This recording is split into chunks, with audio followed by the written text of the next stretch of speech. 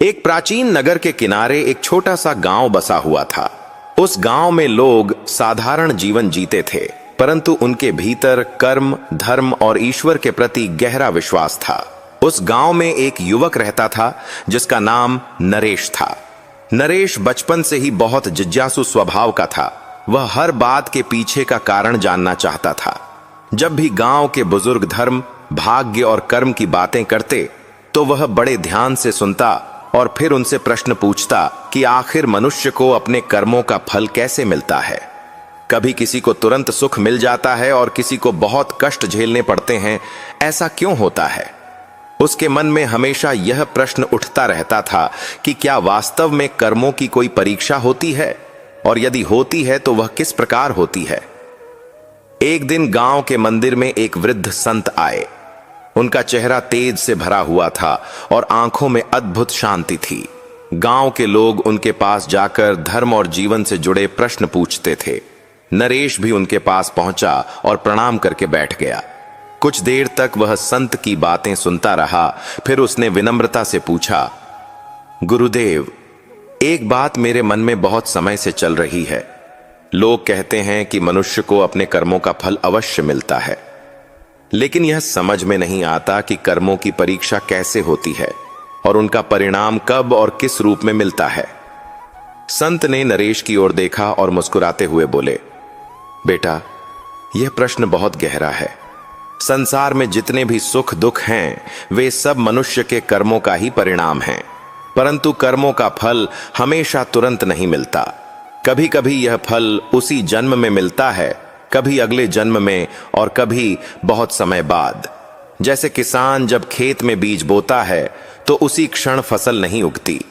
उसे समय, धैर्य और प्रकृति के नियमों का इंतजार करना पड़ता है।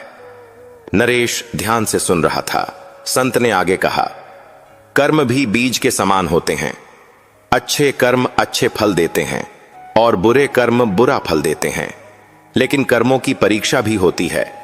जब मनुष्य किसी परिस्थिति में होता है और उसे सही या गलत में से एक को चुनना पड़ता है, वही असली परीक्षा होती है। संत की बातें सुनकर नरेश के मन में और भी जिज्ञासा जाग उठी।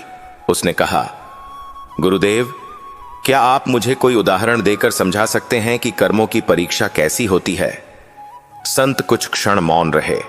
फिर उन्होंने एक कहानी सुनानी शुरू की। उन्होंने कहा, बहुत समय पहले एक राज्य में दो मित्र रहते थे।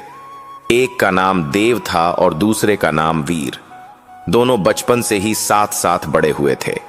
देव का स्वभाव बहुत शांत और दयालु था, जबकि वीर थोड़ा स्वार्थी और चतुर था। दोनों ने जीवन में सफलता पाने का सपना देखा था। समय बीतता गया और दोनों युवक बन गए। एक दिन उन्होंने तय किया कि वे शहर जाकर अपना भाग्य आजमाएंगे। गांव छोड़ते समय उनकी माओं ने उन्हें आशीर्वाद दिया और समझाया कि जीवन में चाहे कैसी भी परिस्थिति आए, हमेशा अच्छे कर्म करना और किसी का बुरा मत करना। शहर पहुंचकर दोनों ने काम की तलाश शुरू की। कुछ दिनों बाद उन्हें एक व्यापारी के यहां नौकरी मिल गई। व्यापारी बहुत धनी था, लेकिन वह लोगों की ईमानदारी की परीक्षा लिया करता था। वह चाहता था कि उसके साथ वही लोग काम करें जो सच्चे और भरोसेमंद हों। एक दिन व्यापारी ने दोनों को अलग अलग काम दिया। देव को गोदाम की देखभाल का काम मिला और वीर को बाजार से सामान लाने का काम दिया गया। कुछ दिनों तक सब ठीक चलता रहा, लेकिन एक दिन गोदाम में देव को एक थैली मिली जिसमें बहुत सारे सोने के सिक्के थे। वह समझ गया कि यह व्यापारी की होगी। उसके मन में एक क्षण के लिए विचार आया कि अगर वह यह सिक्के अपने पास रख ले तो उसकी गरीबी दूर हो सकती है। लेकिन अगले ही क्षण उसे अपनी मां की बात याद आई कि हमेशा ईमानदारी का रास्ता चुनना चाहिए। उसने तुरंत वह थैली उठाई और व्यापारी के पास जाकर दे दी। व्यापारी ने जब यह देखा तो वह बहुत प्रसन्न हुआ। उसने कहा, देव, यह तुम्हारी ईमानदारी की परीक्षा थी। मैं जानना चाहता था कि तुम धन देखकर अपने रास्ते से भटकते हो या नहीं। उधर वीर के साथ भी एक परीक्षा हुई। जब वह बाजार से सामान खरीदने गया तो दुकानदार ने गलती से उसे ज्यादा पैसे लौटा दिए। वीर ने यह बात देखी, लेकिन उसने सोचा कि यह तो उसकी किस्मत है और उसने वह पैसे अपने पास रख लिए। कुछ दिनों बाद व्यापारी को यह बात पता चल गई। उसने वीर को बुलाकर पूछा, क्या तुम्हें याद है कि उस दिन दुकानदार ने तुम्हें ज्यादा पैसे दिए थे? वीर ने पहले तो झूठ बोलने की कोशिश की, लेकिन जब व्यापारी ने सच्चाई बताई तो वह चुप हो गया। व्यापारी ने गंभीर स्वर में कहा, यह भी तुम्हारे कर्मों की परीक्षा थी, तुम उस परीक्षा में असफल हो गए। उस दिन देव को व्यापारी ने अपना सबसे भरोसेमंद कर्मचारी बना लिया और उसे बहुत सम्मान दिया। वहीं वीर को अपनी गलती का परिणाम भुगतना पड़ा और उसे नौकरी से निकाल दिया गया। संत ने कहानी सुनाकर नरेश से कहा, देखो बेटा, कर्मों की परीक्षा इसी प्रकार होती है। जीवन में कई बार ऐसे अवसर आते हैं जब कोई देख नहीं रहा होता, लेकिन तब भी मनुष्य के सामने सही और गलत का चुनाव होता है। वही क्षण असली परीक्षा का होता है। नरेश ने धीरे धीरे सिर हिलाया। उसे अब कुछ कुछ समझ में आने लगा था, लेकिन संत ने आगे कहा, कर्मों का फल केवल बाहरी घटनाओं में ही नहीं मिलता, बल्कि मन की शांति या अशांति में भी मिलता है। जिसने अच्छे कर्म किए हैं उसका मन शांत रहता है, और जिसने बुरे कर्म किए हैं उसके मन में हमेशा डर और बेचैनी रहती है। नरेश उस दिन बहुत देर तक संत के पास बैठा रहा। वह कर्मों के गहरे रहस्य को समझने की कोशिश कर रहा था। संत ने उसे समझाया कि मनुष्य का हर विचार, हर शब्द और हर कार्य एक कर्म है, और हर कर्म का एक परिणाम निश्चित है। संत ने अंत में कहा, इस संसार में कुछ भी व्यर्थ नहीं जाता। जैसे प्रकृति में हर क्रिया की प्रतिक्रिया होती है, वैसे ही जीवन में हर कर्म का फल होता है। कभी वह फल तुरंत मिलता है, कभी समय लेकर मिलता है, लेकिन मिलता अवश्य है। इसलिए मनुष्य को हमेशा अपने कर्मों को शुद्ध और सच्चा रखने का प्रयास करना चाहिए। नरेश जब वहां से उठा तो उसके मन में एक नई समझ जाग चुकी थी।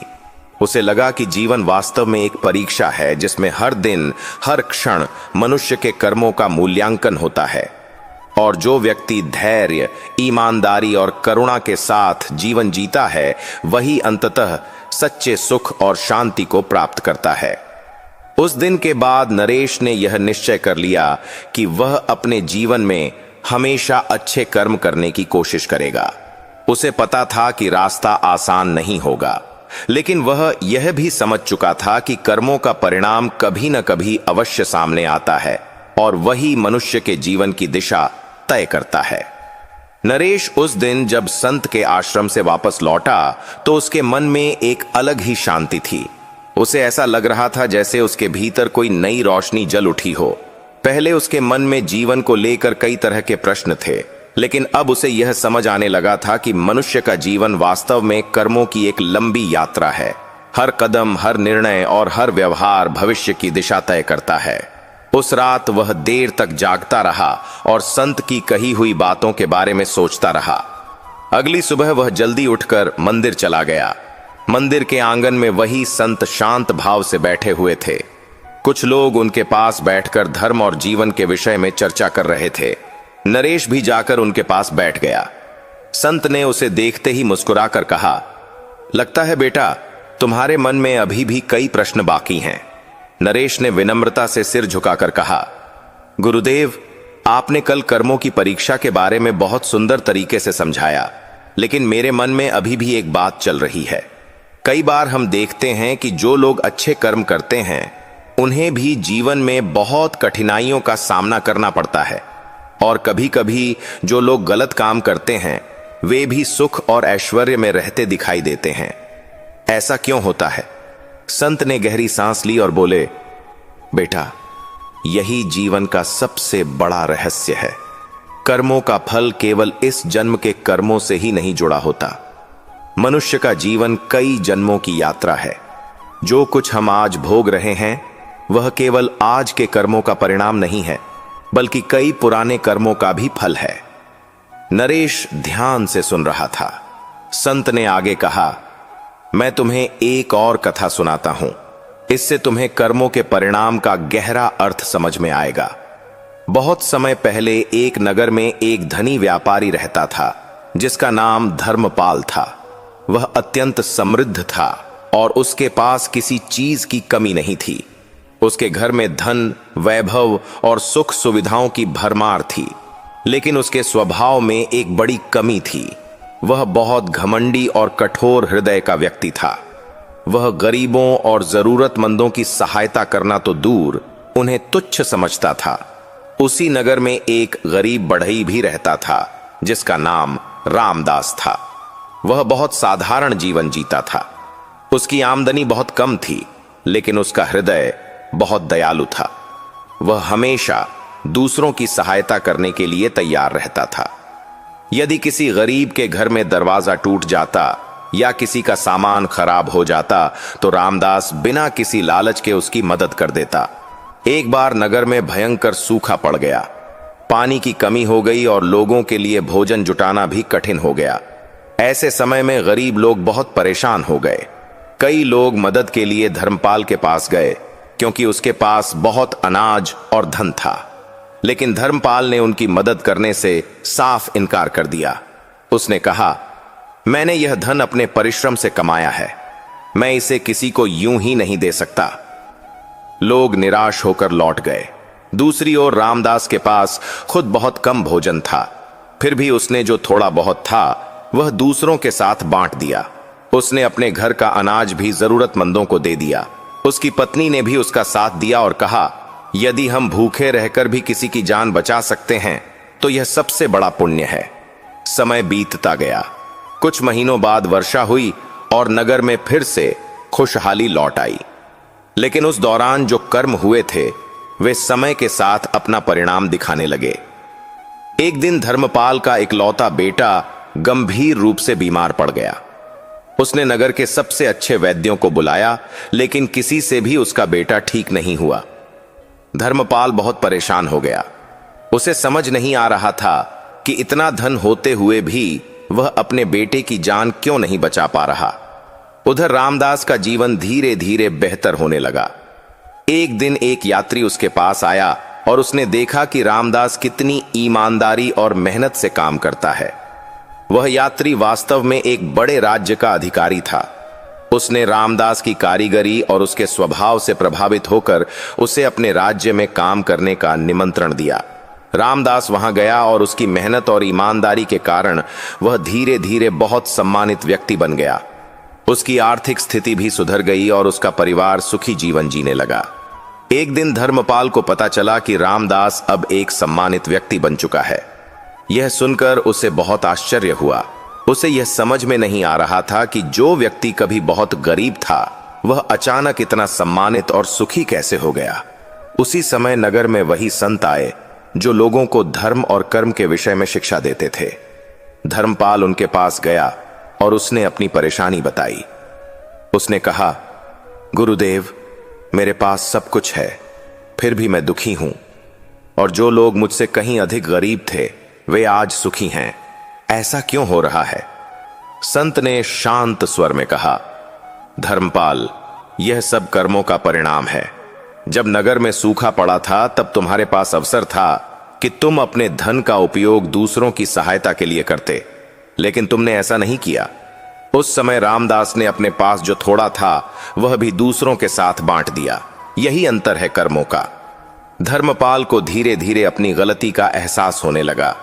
उसे समझ में आने लगा कि धन और शक्ति होने के बावजूद यदि मनुष्य के कर्म अच्छे नहीं हैं तो उसका जीवन अंततः दुख से भर जाता है। संत ने उसे समझाया, मनुष्य के कर्म केवल उसके बाहरी जीवन को ही नहीं बदलते, बल्कि उसकी आत्मा पर भी प्रभाव डालते हैं। जो व्यक्ति दूसरों के लिए करुणा और दया रखता है उसके जीवन में धीरे धीरे शांति और सुख आने लगते हैं। उस दिन धर्मपाल बहुत देर तक सोचता रहा। उसे अपने पुराने व्यवहार पर पछतावा होने लगा। उसने निश्चय किया कि अब वह अपने जीवन को बदल देगा और दूसरों की सहायता करेगा। संत की यह कथा सुनकर नरेश गहरे विचार में डूब गया। उसे अब यह समझ में आने लगा था कि कर्म केवल छोटे छोटे कार्य नहीं होते, बल्कि वे जीवन की पूरी दिशा बदल सकते हैं। अच्छे कर्म धीरे धीरे मनुष्य के जीवन में प्रकाश लाते हैं, जबकि बुरे कर्म अंधकार पैदा करते हैं। संत ने नरेश की ओर देखते हुए कहा, बेटा, कर्मों का नियम बहुत न्यायपूर्ण है। इसमें कोई पक्षपात नहीं होता। जो जैसा बोता है वैसा ही काटता है। यदि मनुष्य अपने जीवन में सच्चाई, दया और परोपकार को अपनाता है तो उसका जीवन अंततः सुख और शांति से भर जाता है। नरेश के मन में अब पहले की तरह भ्रम नहीं था। उसे महसूस हुआ कि जीवन वास्तव में एक साधना है जिसमें हर कर्म का महत्व है। उसने संत के चरणों में प्रणाम किया और मन ही मन यह संकल्प लिया कि वह अपने जीवन को अच्छे कर्मों के मार्ग पर ही चलाएगा। उसे यह भी समझ में आ गया था कि कभी कभी कर्मों का परिणाम तुरंत दिखाई नहीं देता, लेकिन समय के साथ वह अवश्य प्रकट होता है। यही प्रकृति का नियम है और यही जीवन का सत्य भी है। नरेश अब पहले जैसा नहीं रहा था। संत की बातों और कथाओं ने उसके मन में कर्मों के प्रति गहरी समझ जगा दी थी। वह अब हर छोटे बड़े काम को सोच समझकर करने लगा था।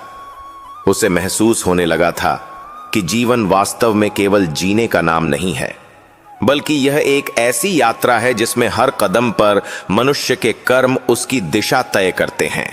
वह अक्सर मंदिर जाता, संत के पास बैठता और उनकी बातों को ध्यान से सुनता। धीरे धीरे गांव के लोग भी यह देखने लगे कि नरेश के व्यवहार में एक अलग ही शांति और परिपक्वता आ गई है।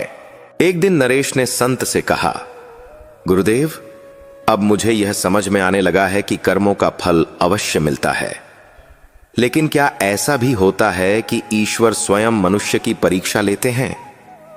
संत ने हल्की मुस्कान के साथ कहा, बेटा, ईश्वर सीधे आकर परीक्षा नहीं लेते, लेकिन जीवन की परिस्थितियां ही परीक्षा बन जाती हैं।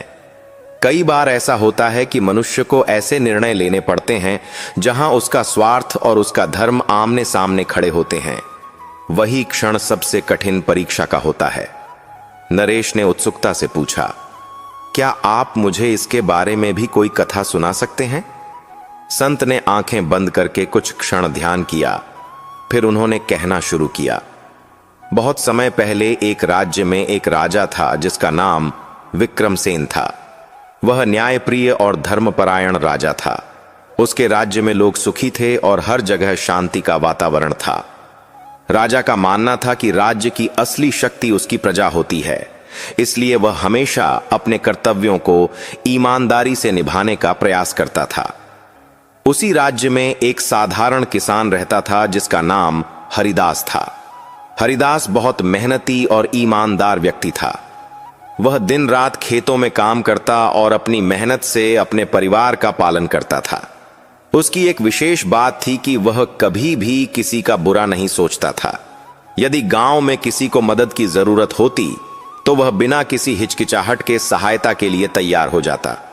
एक वर्ष राज्य में बहुत अच्छी फसल हुई। खेतों में हरियाली छा गई और किसानों के चेहरे पर खुशी दिखाई देने लगी। हरिदास भी बहुत खुश था क्योंकि उसकी मेहनत रंग लाई थी। एक दिन वह अपने खेत में हल चला रहा था, तभी हल किसी कठोर चीज से टकराया। जब उसने मिट्टी हटाकर देखा तो वहां एक पुराना घड़ा दबा हुआ था। उसने घड़े को बाहर निकाला और उसका ढक्कन खोला। अंदर सोने के सिक्के भरे हुए थे। इतने सारे सिक्के देखकर हरिदास कुछ क्षण के लिए आश्चर्य में पड़ गया। उसके मन में कई तरह के विचार आने लगे। उसने सोचा कि यदि वह इन सिक्कों को अपने पास रख ले तो उसका जीवन पूरी तरह बदल सकता है। उसे अब मेहनत करने की जरूरत नहीं पड़ेगी और उसका परिवार बहुत आराम से जीवन जी सकेगा। लेकिन उसी समय उसके मन में एक दूसरी आवाज उठी। उसने सोचा कि यह घड़ा शायद किसी और का है या शायद यह राज्य की संपत्ति है। यदि वह इसे अपने पास रख लेता है तो यह ईमानदारी के विरुद्ध होगा। काफी देर तक वह वहीं बैठा सोचता रहा। अंत में उसने निर्णय लिया कि वह यह घड़ा राजा के पास लेकर जाएगा। उसे लगा कि सही रास्ता वही है जो सच्चाई और धर्म का हो। अगले दिन वह घड़ा लेकर राजमहल पहुंच गया। उसने पहरेदारों को सारी बात बताई और कहा कि वह यह घड़ा राजा को देना चाहता है। जब यह बात राजा विक्रमसेन तक पहुंची तो उन्होंने हरिदास को तुरंत अपने दरबार में बुलाया। हरिदास ने राजा के सामने जाकर प्रणाम किया और पूरी घटना बता दी। उसने कहा, महाराज, यह घड़ा मुझे मेरे खेत में मिला है, लेकिन मुझे नहीं पता कि यह किसका है इसलिए मैं इसे आपके पास लेकर आया हूं। राजा उसकी ईमानदारी देखकर बहुत प्रभावित हुए। उन्होंने कहा, हरिदास, तुम चाहो तो यह घड़ा अपने पास रख सकते हो, यह तुम्हें ही मिला है। लेकिन हरिदास ने विनम्रता से कहा, महाराज, यदि यह सच में मेरी मेहनत की कमाई होती तो मैं इसे स्वीकार करता, लेकिन यह अचानक मिला हुआ धन है, इसलिए इसका निर्णय आप ही करें। राजा ने दरबारियों की ओर देखा और कहा, देखो, यही सच्चे कर्म का उदाहरण है। जब मनुष्य के सामने लालच आता है और फिर भी वह धर्म का रास्ता चुनता है, तभी उसकी असली परीक्षा होती है। राजा ने घोषणा की कि उस घड़े का आधा धन राज्य के खजाने में जाएगा और आधा धन हरिदास को दिया जाएगा। साथ ही उन्होंने हरिदास को राज्य का सम्मानित नागरिक घोषित किया। यह खबर पूरे राज्य में फैल गई। लोग हरिदास की ईमानदारी की प्रशंसा करने लगे। लेकिन उसी गांव में एक और व्यक्ति रहता था जिसका नाम माधव था। वह स्वभाव से थोड़ा ईर्ष्यालु था। जब उसने सुना कि हरिदास को इतना सम्मान और धन मिला है तो उसके मन में जलन पैदा हो गई। माधव सोचने लगा कि अगर उसे भी ऐसा कोई घड़ा मिल जाए तो वह भी अमीर बन सकता है। उसने कई दिनों तक अपने खेत में खुदाई की, लेकिन उसे कुछ नहीं मिला। धीरे धीरे उसकी ईर्ष्या बढ़ती गई और वह हरिदास के बारे में गलत बातें करने लगा। समय बीतता गया। एक दिन गांव में एक भयंकर तूफान आया। कई घर टूट गए और खेतों को भी नुकसान पहुंचा। ऐसे समय में हरिदास ने अपने हिस्से के धन से गांव के लोगों की मदद की। उसने टूटे हुए घरों की मरम्मत करवाई और जिनके पास भोजन नहीं था उन्हें अनाज बांटा। गांव के लोग उसकी उदारता देखकर बहुत प्रभावित हुए। उन्हें महसूस हुआ कि हरिदास को जो धन मिला था वह वास्तव में उसके अच्छे कर्मों का ही परिणाम था। उधर माधव धीरे धीरे अकेला पड़ने लगा। उसकी ईर्ष्या और बुरे व्यवहार के कारण लोग उससे दूर रहने लगे। कुछ समय बाद वही संत उस गांव में आए। गांव के लोग उनके पास इकट्ठा हुए। संत ने सबकी बातें सुनी और फिर कहा, मनुष्य का असली धन उसका चरित्र और उसके कर्म होते हैं। धन और वैभव तो कभी भी आ जा सकते हैं, लेकिन अच्छे कर्म हमेशा मनुष्य को ऊंचा बनाते हैं। नरेश जब यह कथा सुन रहा था तो उसके मन में गहरा प्रभाव पड़ रहा था। उसे अब यह समझ में आने लगा था कि कर्म केवल व्यक्ति के जीवन को ही नहीं, बल्कि समाज और लोगों के दिलों को भी प्रभावित करते हैं।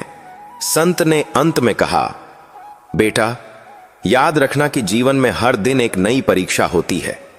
कभी वह लालच के रूप में आती है, कभी कठिनाई के रूप में और कभी अवसर के रूप में। जो व्यक्ति हर परिस्थिति में धर्म और सच्चाई का मार्ग चुनता है वही अंततः सच्ची सफलता और सम्मान प्राप्त करता है। नरेश ने संत के चरणों में प्रणाम किया। उसके मन में अब यह विश्वास और भी मजबूत हो चुका था कि कर्मों का नियम अटल है, कोई भी व्यक्ति उससे बच नहीं सकता। उसने मन ही मन यह निश्चय किया कि चाहे जीवन में कितनी भी कठिनाइयां क्यों न आएं, वह हमेशा सही मार्ग पर चलने की कोशिश करेगा, क्योंकि अब उसे यह समझ में आ गया था कि कर्मों की असली परीक्षा जीवन के छोटे छोटे निर्णयों में छिपी होती है और वही निर्णय भविष्य की कहानी लिखते हैं। अब नरेश के जीवन की यात्रा एक नए मोड़ पर पहुंच चुकी थी और आने वाला समय उसके कर्मों की अंतिम और सबसे बड़ी परीक्षा लेकर आने वाला था। नरेश के जीवन में अब एक नई जागरूकता आ चुकी थी। संत की कथाओं और शिक्षाओं ने उसके मन को गहराई से बदल दिया था। वह अब हर कार्य करते समय यह सोचता था कि उसका यह कर्म किस दिशा में उसे ले जाएगा। पहले वह केवल अपने जीवन और अपने परिवार के बारे में सोचता था, लेकिन अब उसके मन में दूसरों के लिए भी करुणा और जिम्मेदारी की भावना जागने लगी थी। उसे यह अनुभव होने लगा था कि अच्छे कर्म केवल व्यक्ति के जीवन को ही नहीं बदलते, बल्कि पूरे समाज में प्रकाश फैला सकते हैं। दिन बीतते गए और नरेश का स्वभाव और भी शांत और संतुलित होता गया। गांव के लोग अब अक्सर उसके पास अपनी समस्याएं लेकर आने लगे थे। उन्हें लगता था कि नरेश समझदारी से बात करता है और हमेशा सही सलाह देता है, लेकिन नरेश अपने बारे में कभी घमंड नहीं करता था। वह हमेशा कहता था कि यह सब संत की शिक्षा का प्रभाव है।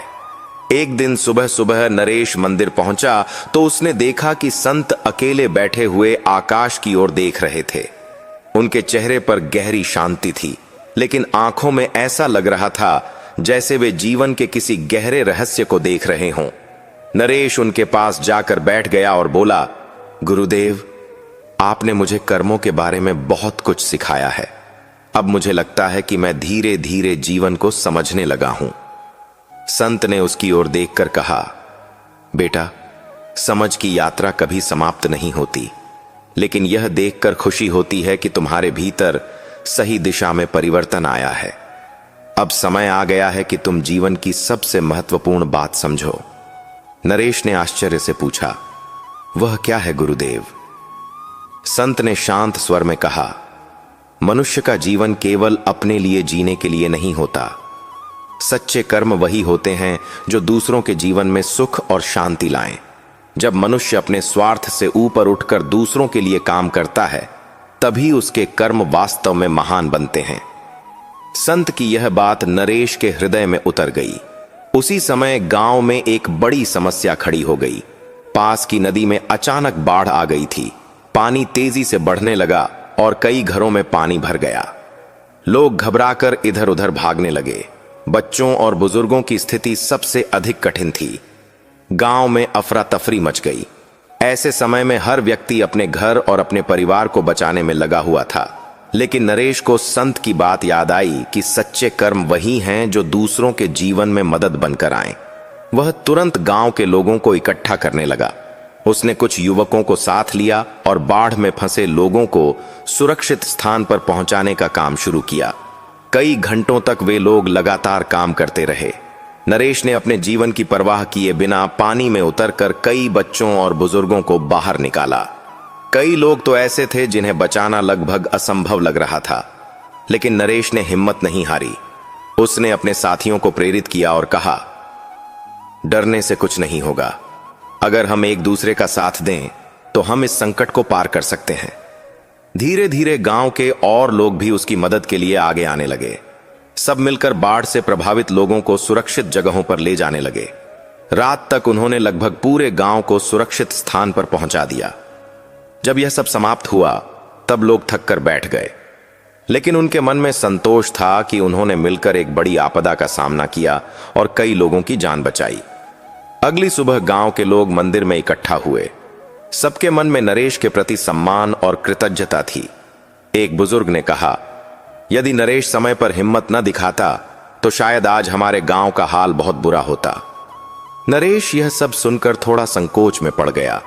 उसने विनम्रता से कहा, मैंने जो किया वह मेरा कर्तव्य था। असली प्रेरणा तो मुझे संत की शिक्षा से मिली है। संत यह सब चुपचाप देख रहे थे। उन्होंने नरेश को अपने पास बुलाया और कहा, बेटा, आज तुम्हारे कर्मों की सबसे बड़ी परीक्षा थी और तुम उस परीक्षा में सफल हुए हो। नरेश ने आश्चर्य से पूछा, क्या यह भी परीक्षा थी गुरुदेव? संत मुस्कुराकर बोले, हां बेटा, जीवन की सबसे कठिन परीक्षा वही होती है जब मनुष्य के सामने अपने स्वार्थ और दूसरों के हित में से किसी एक को चुनना पड़ता है। तुम चाहो तो उस समय केवल अपने घर को बचाने में लग सकते थे, लेकिन तुमने पूरे गांव की चिंता की। यही सच्चे कर्म हैं। संत ने आगे कहा, याद रखना, कर्मों का परिणाम केवल धन या सम्मान के रूप में नहीं मिलता। कभी कभी उसका परिणाम लोगों के दिलों में मिलने वाले प्रेम और विश्वास के रूप में मिलता है, और यही सबसे बड़ा फल होता है। नरेश की आंखों में हल्की नमी आ गई। उसे महसूस हुआ कि वह जो कुछ भी सीख रहा था वह केवल ज्ञान नहीं था, बल्कि जीवन का वास्तविक मार्ग था। कुछ समय बाद संत ने गांव छोड़ने का निर्णय लिया। जब यह खबर गांव में फैली तो सभी लोग दुखी हो गए। नरेश भी बहुत भावुक हो गया। उसने संत के चरणों में झुककर कहा, गुरुदेव, आपने मुझे जीवन का सबसे बड़ा ज्ञान दिया है। मैं इसे कभी नहीं भूलूंगा। संत ने उसके सिर पर हाथ रखा और कहा, बेटा, याद रखना कि कर्म ही मनुष्य की असली पहचान होते हैं। धन, शक्ति और प्रसिद्धि सब समय के साथ बदल जाते हैं, लेकिन अच्छे कर्म हमेशा जीवित रहते हैं। तुम्हारा हर कर्म केवल तुम्हारे जीवन को ही नहीं बल्कि आने वाली पीढ़ियों को भी प्रभावित करेगा। संत वहां से चले गए, लेकिन उनकी बातें नरेश के मन में हमेशा के लिए बस गईं। समय बीतता गया और नरेश धीरे धीरे गांव का सबसे सम्मानित व्यक्ति बन गया। लोग उसे केवल उसकी समझदारी के कारण नहीं बल्कि उसके कर्मों के कारण सम्मान देते थे। उसने अपने जीवन को हमेशा सेवा, ईमानदारी और करुणा के मार्ग पर चलाने का प्रयास किया। और इसी के साथ एक बात पूरे गांव के लोगों के मन में हमेशा के लिए बस गई कि इस संसार में हर कर्म का परिणाम अवश्य मिलता है। कभी वह तुरंत दिखाई देता है और कभी समय लेकर सामने आता है, लेकिन प्रकृति का यह नियम कभी बदलता नहीं। मनुष्य के जीवन की सबसे बड़ी सच्चाई यही है कि कर्म ही उसका भविष्य लिखते हैं। जो व्यक्ति सच्चाई, दया और परोपकार के मार्ग पर चलता है उसका जीवन अंततः प्रकाश से भर जाता है, और यही कर्मों की सबसे बड़ी परीक्षा और सबसे सुंदर परिणाम है। तो इस प्रकार यह कथा समाप्त होती है।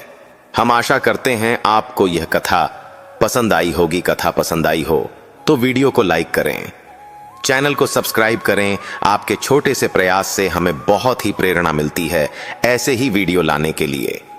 आपका बहुत बहुत धन्यवाद। हर हर महादेव।